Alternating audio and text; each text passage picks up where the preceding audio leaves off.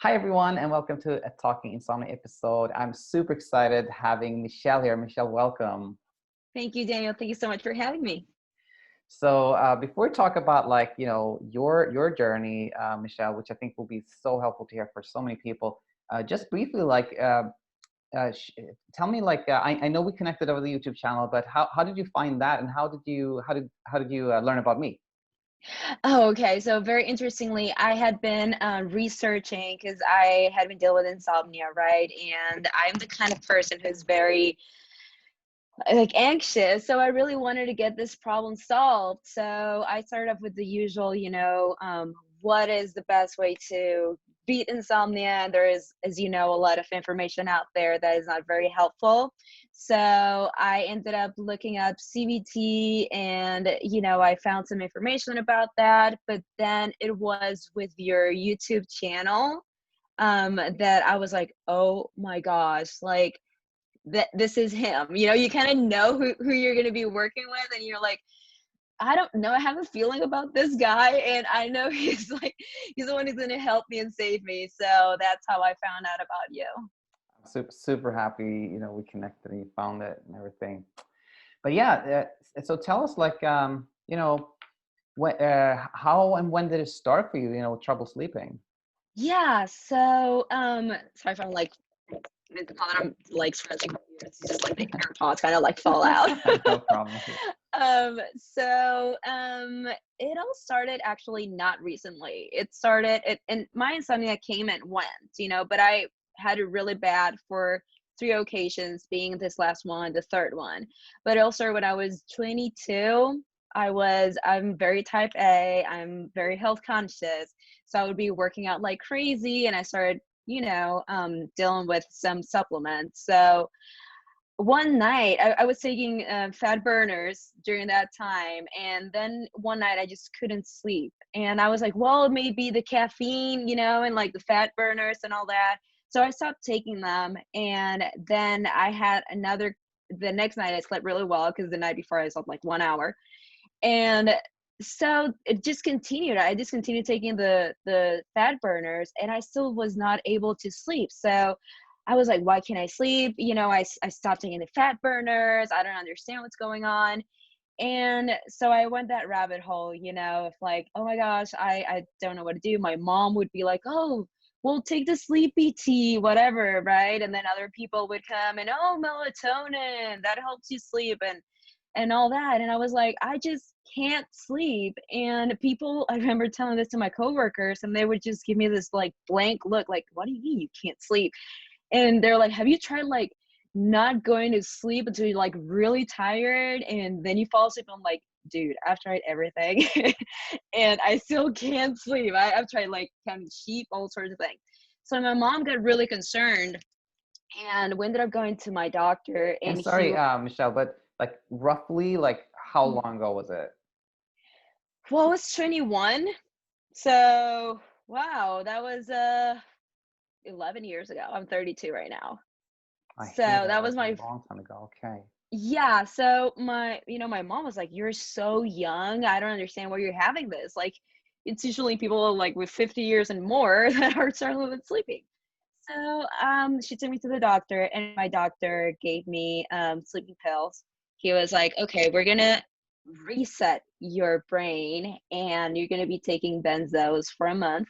So he gave me like, a schedule and everything. And after a month, magically, I was cured, right? But I still kept that sort of like fear. So I changed everything, and then sleep became the most important thing of my life. Like, no, I can't do anything after 8 p.m. I have to be home by 7 and have my wind down time, and then I'll be able to keep everything on track. So it just continued, and it went well and went well.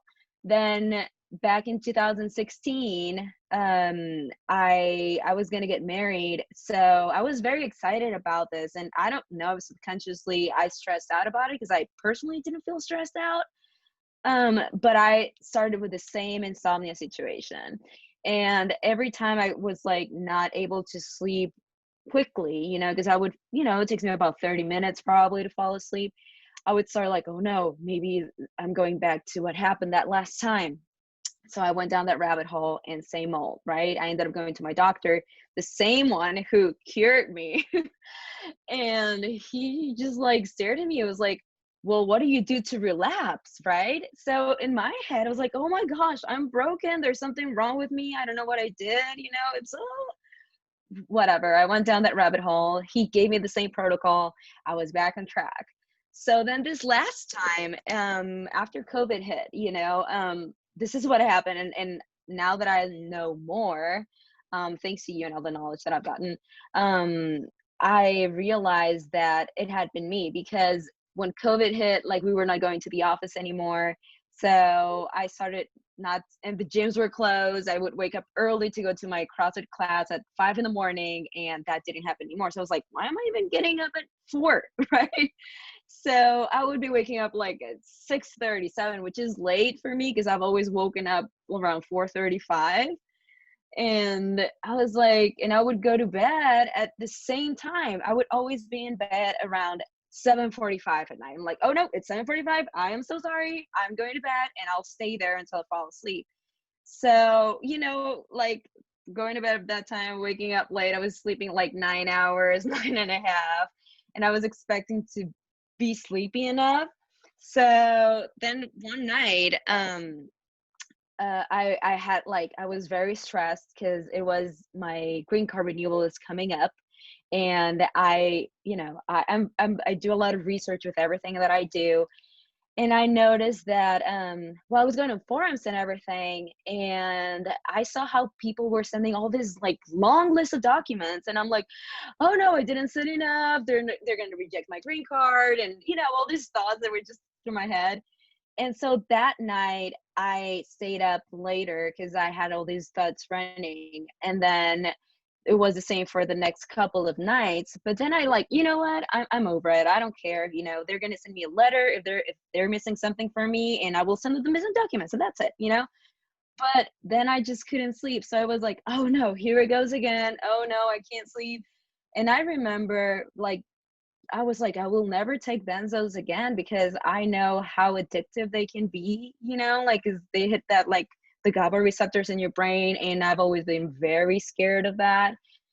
So I would just toss and turn in my bed, and it was torturous, right? It was like 8 hours of tossing and turning. And there was one night when I had like maybe 30 minutes of sleep. And I remember telling my husband, there's something really wrong with me. And I don't know what it is, but this is just not normal. So I think I'm going to go to the doctor. And so I did. And And is this the same doctor a third time now or no? oh no, no, this was another one. The other doctor was done in Mexico because that's where I'm Okay. from. Okay. But this doctor, like, this was just brand new, right? Because I never really get sick. Like I've told you, I'm like super health conscious. So I'm like, you went to the doctor.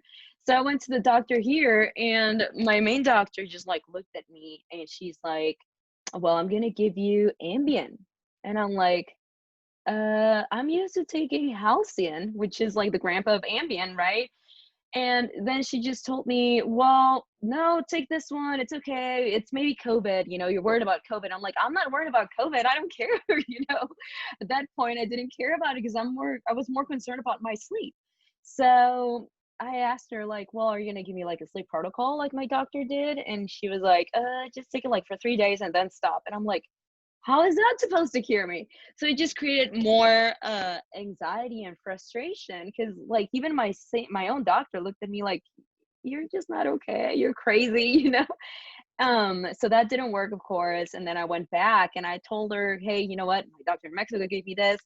So she gave me the same benzo that my doctor in Mexico gave me, and it still did not work. So that's when I was like, oh my gosh, I'm gonna die. Like you start like having all these ideas because it's just really weird to you.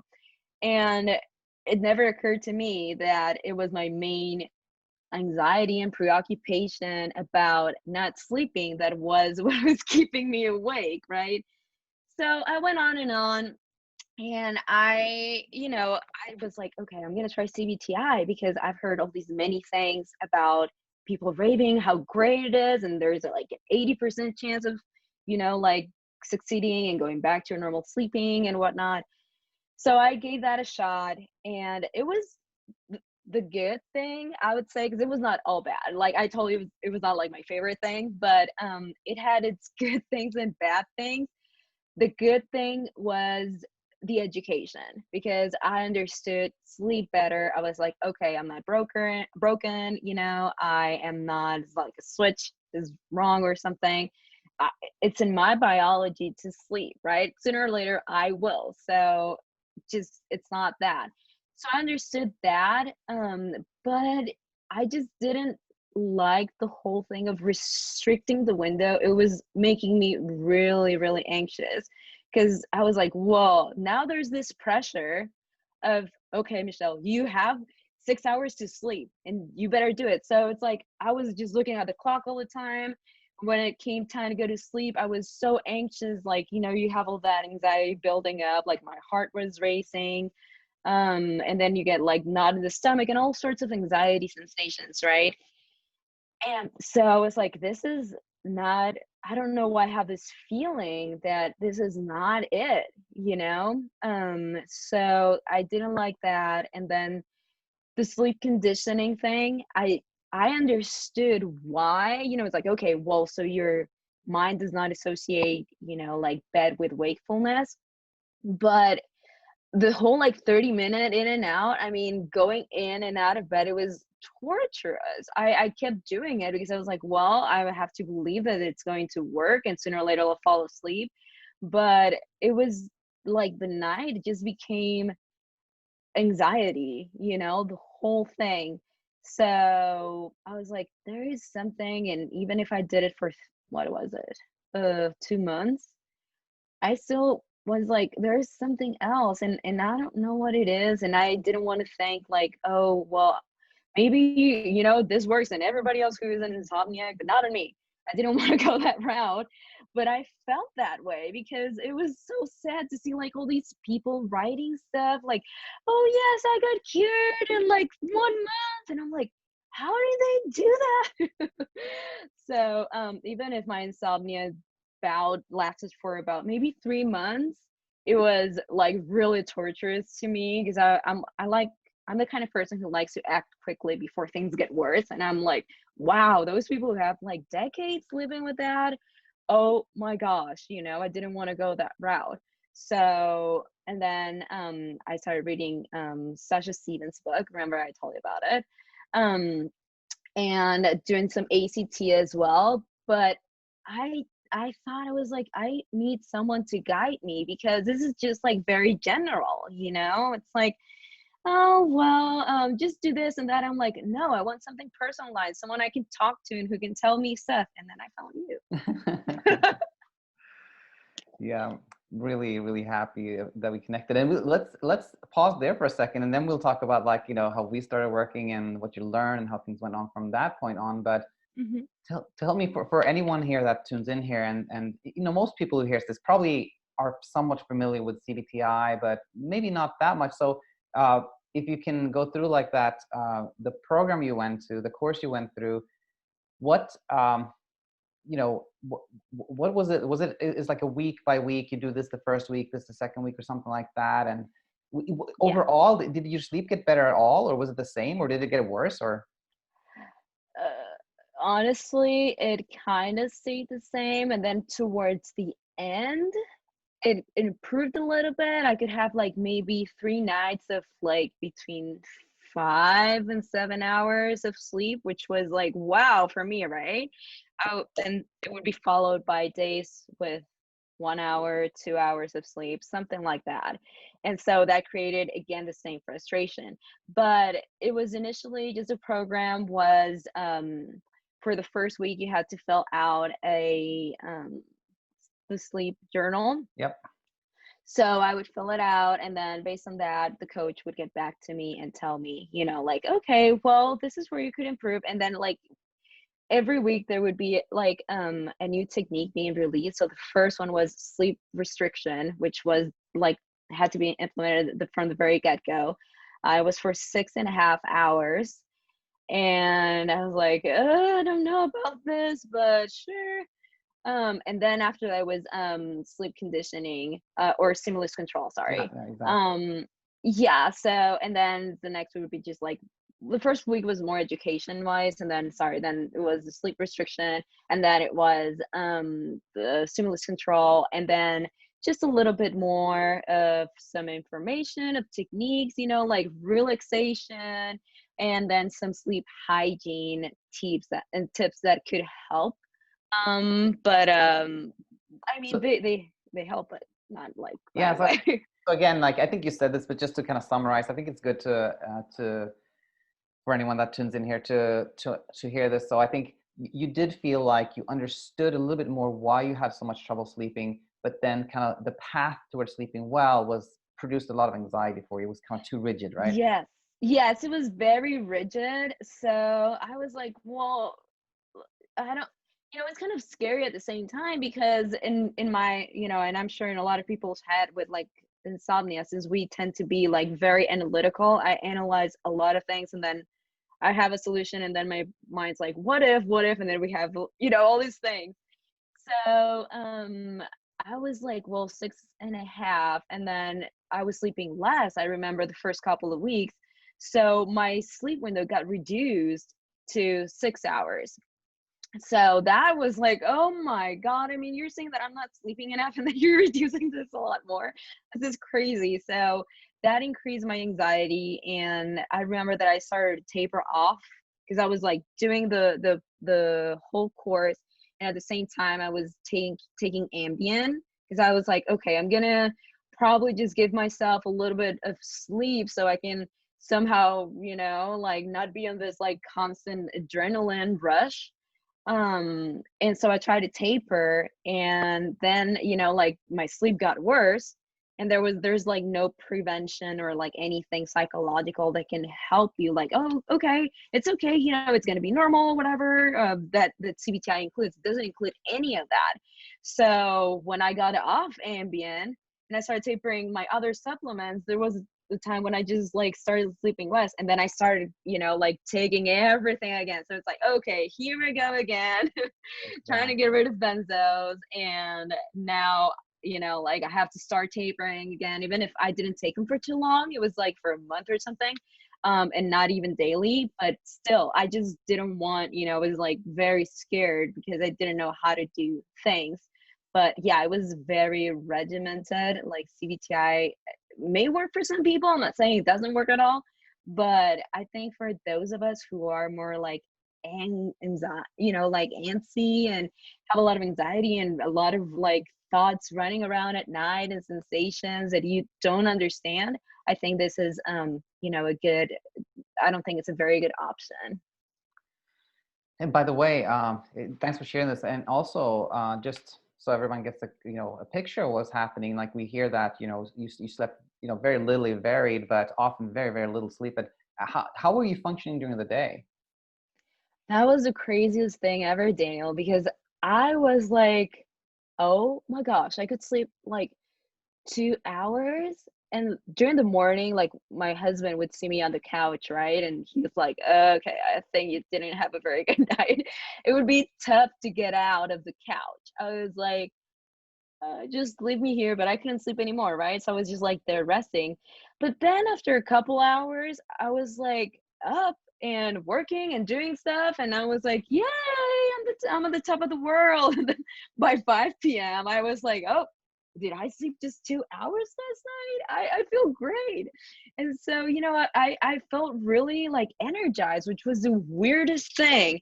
So in my head, I always try to find like a logical thing. I was like, well, it's all the cortisol and adrenaline, that are like masking all the actual effects. Because that wasn't, there's some pain that I had to go with every day when I wouldn't sleep well, when it's like the eyes or my back. There was always something hurting, right? But for some reason, like I could still like somehow they just disappeared when I got all this like energy going. And I was like, okay, this is weird, but I guess if it's going to be like this for a while, I might as well just move on with my day and try to make the best out of it. I didn't when it first hit me, I would like be on the couch and I would be like get, with depression and everything. I would be like crying and whatnot and telling my friends like, "Oh, dude, I'm so depressed. I feel so bad." It was so weird. I had never I don't know, if I saw myself right now, it wouldn't recognize me. I'm like, "You're breaking down. What the heck? Over what? Over 2 hours of sleep?" You know? But, yeah, I was just a little crazy like that. Like actually staying there for a second, like if you, my thinking would be like back then, because you slept only 2 hours one night, and the reason you kind of broke down because you didn't have any control, you didn't know what was coming next and what was going on. Like, is that why you reacted so strongly then, you think? Or I think so, because my nature, I've always been very controlling, I wanna make sure I'm the kind of person who says, "If you want things done correctly, then do them yourself." It's not easy for me to let things go, if you remember, I would go like, "Oh, I'm trying to let go, Daniel, but I don't know how to let go." It was mainly because I couldn't control anything, and also, like, I became very emotional, like, with the fact that I couldn't sleep, like, I'm usually, like, very, cold-headed, like, I control my impulses and everything, I'm a very calm person, and then I was a wreck, I was like, "What's going on?" So I was thinking I was attributing that to, like, lack of sleep because, I felt, like, weird, I don't know, it was a lot of sensations, and it was also that feeling of not being able to control things when in reality you can mostly control some things in life, or at least if you work really hard you'll get them right, and it's like I'm doing everything I can, like you can ask my husband, he poor guy, like I feel so bad because he had to put up with me and everything, but he was very supportive. But yeah, I had tried everything. He would come to me one day like, "Well, how about you try magnets? Or how about you try, like hypnotherapy?" And I'm like, "I've tried it all. I'm tired. I'm tired of trying stuff. Okay, I guess I'll just have to give up." And then I found you. perfect. And yeah, so let's go there. So I remember when you started leaving comments on the YouTube channel, it was always like, I love every single comment, but some people like yourself always write like there's a lot of smileys and it's like upbeat and it's I know. positive, and it was like really, really, really, really nice. And then you joined, you downloaded bedtime, and we started working there, and like for pretty much everyone it is always a bumpy start, but then things got better. But tell me about, like, if you remember, like, okay, when we started working there, like what did you start learning and what was the process and what happened? Yeah. Okay, yeah. So it was I love your method because it is a mix of like everything, right? You put so many things together, like you grabbed the best thing of everything and made it like a method, right? So I was like, "Oh my gosh, this is great." So with me, I remember when we started, I was not like as bad. Luckily, I was having a few good nights and then followed by a bad night or one good, one bad, something like that. Um, so what happened was, and I don't know if you recall, but I was like, "Oh my gosh, Daniel, like I have these sensations. What do I do?" Which, were one of the main things and one of the first comments I left. It's like, okay, I understand what's going on, but how can I get rid of this sensation that's inside of me that won't let me sleep? Because I'm trying to sleep and then I feel like this adrenaline rush that won't let me fall asleep, or then I will have like, I don't know, some tension or knot in the stomach, like, or like jerking, which was like one of my main things. I was trying to fall asleep and I was like waking up all the time. And so you told me about it. You said, "Well, you're gonna have to accept them," and that was the hard part, right? Because I was like, How am I gonna accept them?" And ACT mentioned something like that, but I was like, "Oh yeah, right. This guy must be nuts. I'm gonna try something else."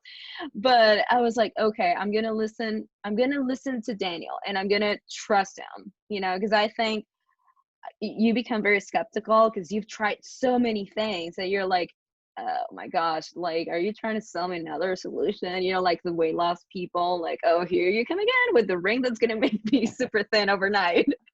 So it's like, oh, I don't know. So that was super important. Another very important thing that I didn't understand with CBTI, and you made me understand, was become friends with wakefulness.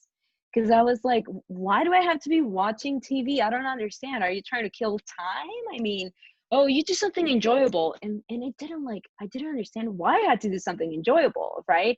So then you explained to me why, because then that way there's like no fear. You're not fearing wakefulness, you're actually enjoying it. And then your body's like, oh, okay, well, I guess I can just like enjoy it. And if you enjoy something, you fall asleep easily at night, right? So you helped me a lot with that. And so mainly wakefulness, making wakefulness your friend, the thought part as well, because I remember telling you that I would struggle with the morning and having sleep thoughts, and I was like, okay, I'm trying to live my life, and at the same time, I'm dealing with, oh, what if I don't sleep tonight? What if I take this, or what if I just don't sleep, with a weighted blanket? Remember? So yeah, I was mainly trying to not control, because you can't control your thoughts and you can't control your emotions, but it was just more like accepting them and going like, okay, this is what I have. I would go very deeply, like if the emotion was strong, I would just sit with it. And ACT also recommends, like physicalizing and whatnot. So you told me, you know what, if it doesn't disappear, you have to sit longer with it. So that's what I did. And then over time, I kept sleeping better. I remember at night, the first few nights, remember, it was like 1 week when I slept really well. I was like, oh my gosh, I know I slept really well. That first night I went in bed and I told myself, I'm just going to rest. I am not going to sleep, I'm not going to, like, because then that's when the anxiety starts. Like, oh my gosh, I can't fall asleep. I can't fall asleep. So if I just stay here and rest, it would be, very beneficial to me. And then I can enjoy some silence and try to find, something positive about lying here. And so I did. And whenever I had any sensations like racing heart or something, I would feel it and then just go like, oh, hey, racing heart, how are you? Just like, kind of, I know it sounds crazy, but I was like talking to my emotions just so I could familiarize with them. And my brain could go like, okay, they're good people. You can go to sleep, right? But yeah, I would focus on my breath a lot as well. I'm like, okay, well, I'm gonna think of something awesome, something fun, or pretty, or good memories, and then I'm just gonna watch my breath, and then boom, I was like falling asleep, and I was like, wow, this is really crazy. Daniel was right. So yeah, and I kept doing that, and then I don't have to I well, I kept sleeping better. I got rid of so many sleep crutches. So as you know, I was no longer taking Ambien. Actually, when I started the program with you, I was 3 days off Ambien. So I was like, oh my gosh, I'm gonna make it, because I had a last appointment with my psychologist, and he gave me that blank look as well, because I told him I want something to make me sleep, but I don't want it to be benzos. And he's like, antidepressants, I tried those, and no, they were a nightmare. They made me feel like really sad. Yeah, like I don't Yeah. know, they did the opposite to me, that they didn't make me joyful. And yeah, then he gave me something weird, and I remember I went to the office, I took it, I saw it, and I threw it away. I was like, I'm done, I'm done with using myself as a guinea pig. So yeah, like I said, I was taking supplements. I had this weighted blanket. I couldn't sleep with anything new in my room, like my poor husband, like I had to kick him out of the room because he would wake me up, and I was like, oh my gosh, I can't. I couldn't buy anything. Like I bought a TV. I bought some pictures for the room, and it would make me anxious. I was like, oh well, what if adding this, like silly things. What if now that I have a TV in the room, I won't be able to sleep because my brain's gonna associate it with wakefulness, or all those things. So I had to get rid of beliefs and ideas and thoughts. Well, not get rid of, but just like, okay, I acknowledge you, and then you let them go, and you choose whether to believe in them or not. And that's what's helped me so far. So, and you 100%. And for someone that hears this and is maybe completely like new to the channel or hasn't learned so much, it can, I think what is tempting is often like if when somebody hears you and they say, oh, just acceptance, and then just like, okay, I'm just going to accept this. But I think that the thing is that before you can actually accept, you have to understand, and when you yeah. understand everything, then acceptance can happen to you, right? But you can't jump there, right? No, no, it's so hard. I mean, I don't want to say that I don't want people to get discouraged because it is possible, but it's not easy, right? I mean, and from the very beginning when I heard this, I remember I was like, how? I'm like, okay, so now I have to love what I hate, it was just like really weird. But then, after learning, okay, you know what? It's in my genes and my being. Everybody sleeps, okay? Animals sleep. I would get so jealous sometimes because like I would go to the living room, my dog would be sleeping. I'm like, why can't you sleep and why can't I? So everybody would sleep, and I know the feeling because I've been there. You feel alone, and you're like, oh my gosh, I'm the only one in the world who can't sleep. Everyone, the neighbor is, like stuff like that. But once you learn about everything, like, okay, how the brain works also, because you can control your mind. You are not your mind. You learn to observe your mind and your body, right? So I learned that, and then I learned about the circadian rhythm in more detail, how sleep works, like how it's not X is not the problem, but the way you think about X. Exactly. So I learned all that, and then after knowing that, you go one night like, you know what, I'm just gonna give it a shot. For tonight, I'm gonna do nothing. I'm not gonna try to sleep. I'm not gonna try to count 10,000 sheep, right? Or count from 300 to zero and hopefully fall asleep or pray the whole rosary. I just that was the night when I was like, I'm just gonna rest. I'm just gonna rest here and think of happy places, happy thoughts, and just watch my breathing. And then I know for a fact that sooner or later I'm gonna go to sleep. Like maybe not be tonight. I may have another night, but I've been through those, another bad night. But maybe it's the next night I will. So luckily, I never went without sleep, like zero sleep. The least I've had has been 30 minutes. But I was like, and that was my other fear. I was like, oh my gosh, I'm so afraid of going like 2, 3, 4 nights without sleeping. I don't want to end up in the emergency room, and all these thoughts, right? Yeah. So it's like, no, just the more you relax, the more you like let go of those thoughts, you see them and then let them go, um the faster you'll go back on track, and that's what happened. And so you had that night where you kind of like you were really no expectations, just kind of rest, and then you actually slept that Yeah. night. So that's one of those, like I call them, like the magical moment where you see that when you don't try, like sleep happens to you. So I'm guessing that was kind of like a learning point, encouraging, but that didn't mean that you immediately started sleeping better, right? No, no, it was just like one of those eureka moments. You're like, uh-huh, I think I got the secret. So I was like, okay, I'm gonna keep doing this. And the next night, right? So the next night, I didn't like fall asleep instantly, but I was like, you know what, I'm just gonna go into the living room. I'm gonna watch some TV, or I'm gonna listen to music. Remember, I told you, like, there is something about music. It's always been very therapeutic in my life. So I would just go into the living room and listen to music, and then I would just get lost in the music. And sometimes I would fall asleep on the couch. I would be like, "Oh my gosh, I fell asleep. The CD is almost over," or "Oh my gosh, I can't believe it's over."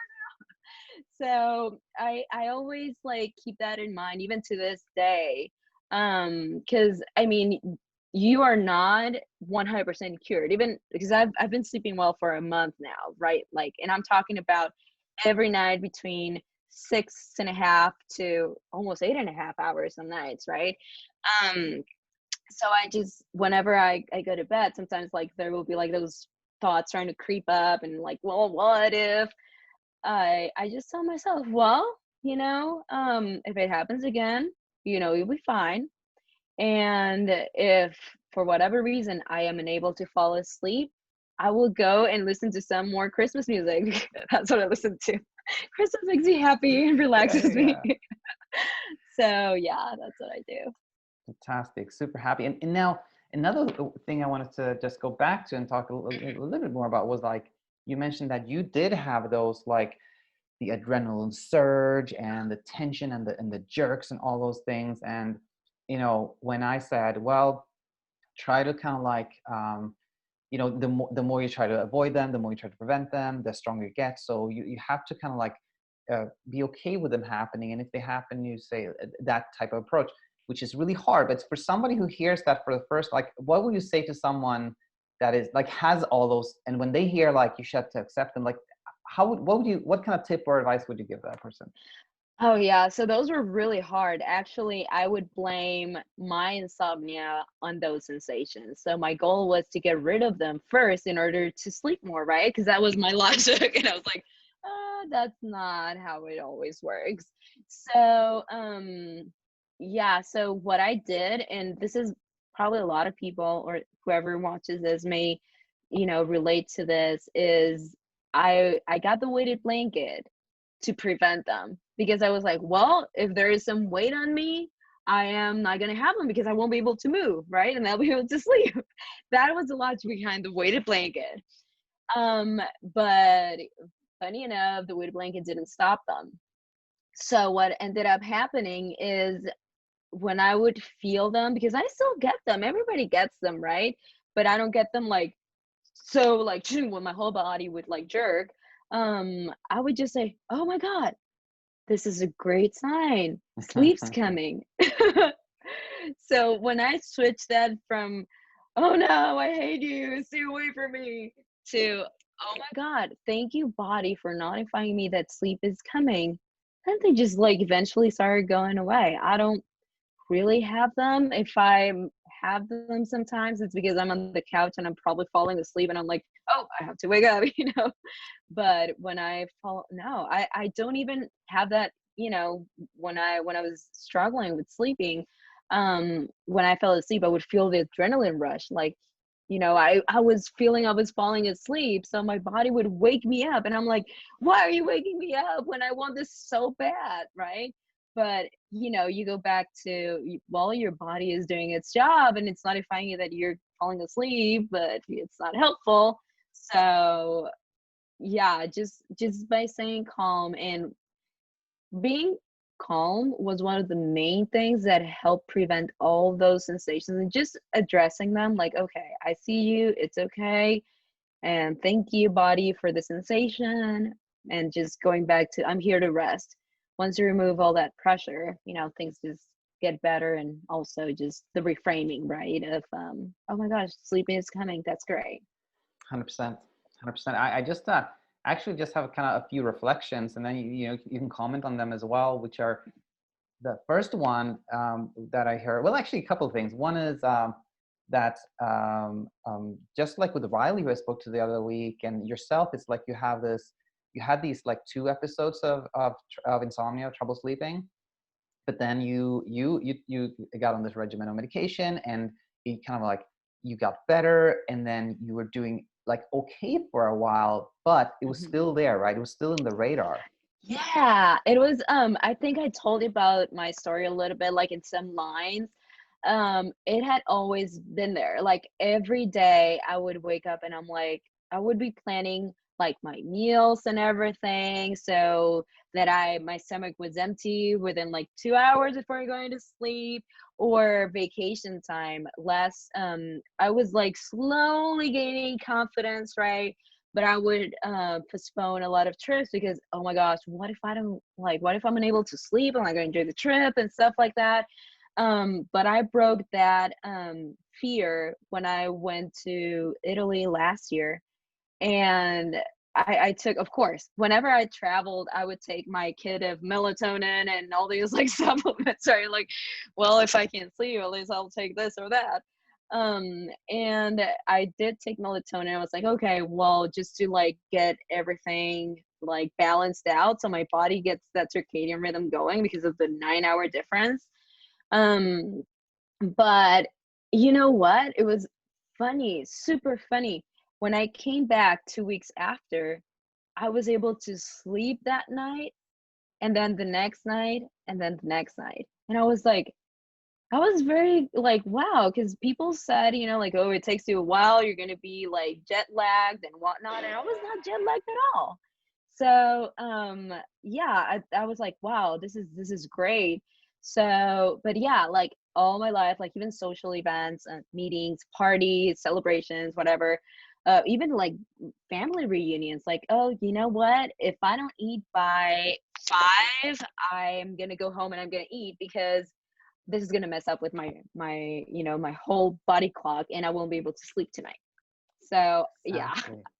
I have So to it deal had with that. actually, it had a, like, it had a big impact on like your life for a long time. You were, and the, for everyone out there who hears this, it's like, it's very, very instructive because it's like, you were living in this state of like, you thought you were sleeping okay because you were doing all these little things to control it, while in fact it, it wasn't that you were controlling, that you were sleeping, or it was like all those things gave you a little bit of confidence that kind of helped, but Mhm. it actually didn't, because insomnia had so much power over you. Right. Yeah, exactly. So insomnia is not just a thing that happens at night. It happens during the day as well. Because you're like thinking about it, all your actions revolve around it. Like, oh my gosh, if I do this, that's gonna mess things up, you know. And I totally get it. Like, if you eat a heavy meal, like an hour before going to bed, it makes sense. You're not gonna be able to fall asleep right away, right? But or those like super spicy meals and you're like dying in bed, it makes sense.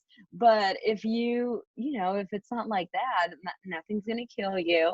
Another thing that I discovered, like, is because I've told you, like, I've gotten rid of like most of the supplements. I'm like right now in like really really small dosage of melatonin, which is 1.5 micrograms. I mean, it's like for kids, for Homeopathic, okay. babies. Yeah, Yeah. yeah. Like, is that even, it's like a placebo kind of thing. So yeah, like you get rid of all this, and then what happened to me is like I would take them every night, right? I was taking like 2 pills of valerian and St. John's wort and all these like whatever sleep things, and I was taking melatonin, and some days I would still not sleep even with taking that, right? So I just told myself, like, okay, Michelle, do you remember that one night when you took all these many things and you slept just 1 hour? And now I'm only taking 1.5 micrograms and I'm sleeping really well. So I'm like, isn't that just crazy how your mind is so powerful that, you have to be able to recognize it, and it will do whatever you want it to do, right? Um, Emotions are not bad. We all have them. And I think you talk about emotions in one of your videos. Um, but it's how you react to them and how you like acknowledge them. Because honestly, Daniel, I don't know if this is true or whatever, but I think all this like super anxiety and insomnia could have been a result of emotions that were not acknowledged, like back in the day, maybe while growing up or something. And I just like suppressed them so much until there was a point, like the little thing, the camel's bag, right? Just made hell broke loose, which was what happened when I first started with doing some of the techniques of ACT. I was like, oh no, this is worse. Now I have all this anxiety, all these sensations. Oh my God, I don't know how to deal with them. And I think it was part of that because I just like opened Pandora's box. Right. And yeah, and then I was able to, okay, let them go, and now it's much better. But I think people should address their, emotions more than well, how they do now, instead of going to alcohol or external Yeah, things. I think I often get this question of like, okay, I have depression and insomnia, and I also have anxiety. Like, what should I do first? But I think, my answer now has become more of like, I think they all come from the same place. They all come from trying to avoid or escape something. When you try to Mhm. avoid sadness, you get more depressed. When you try to avoid, like, they all come from the same place, really. Yeah, I was trying to dig very deep into why I had like all this anxiety, right? I was like, why am I having all this like sleep anxiety? It makes sense, okay, well, because I won't be able to sleep. But I attributed everything to fear. And I think that what drove a lot of my reactions and what drives a lot of people's, like actions as well is the fear, the unknown. I am afraid that I won't be able to sleep tonight. And what if I don't sleep? So what if?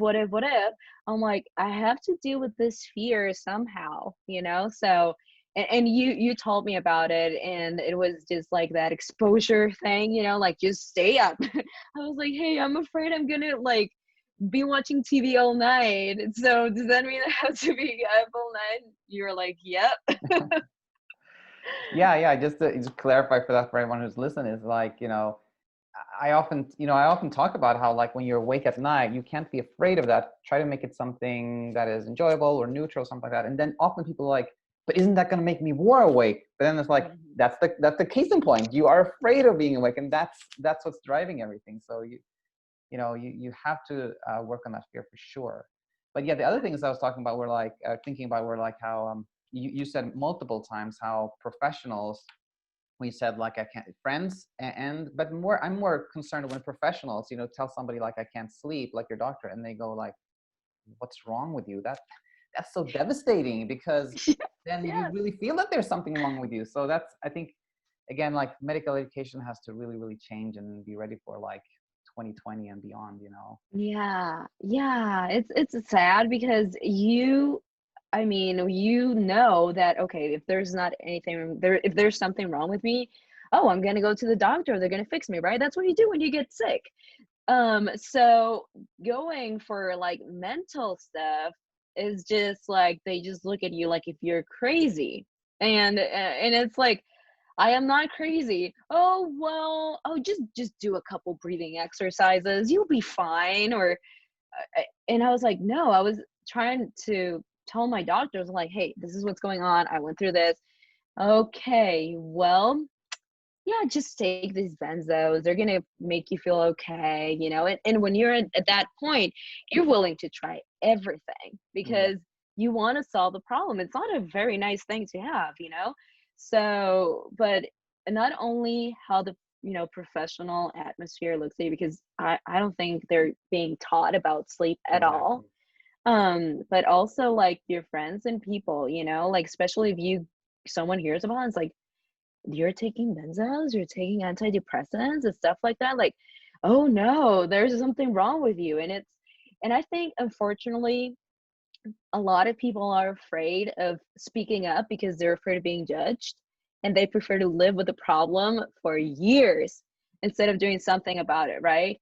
And I'm 100%. like, no, you have to do something about it, and there is a solution out there. So everybody who's watching, it's like there is hope. It's not like you're a lost cause. No, there is hope. And like sometimes you have to accept some things. Like my dad, he's a very anxious person. I come from a family who's like anxious, right? My dad has been on benzos for 6 years now, and he won't get off of them. He's just done, right? He's just older, and even if I actually told him about you, and I shared like because I read your book and everything. Every time I see someone like, oh my gosh, you have to talk to Daniel, you have to do all this, right?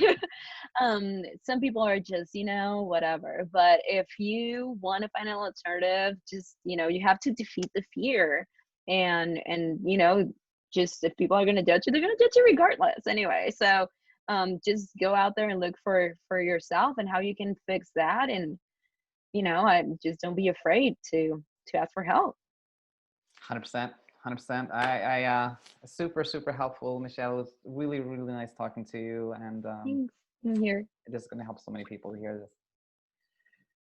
So yeah, so Absolutely. I was going to say again, yeah, thank you, and stay in touch, and we'll talk again soon. Okay, thank you so much, Daniel.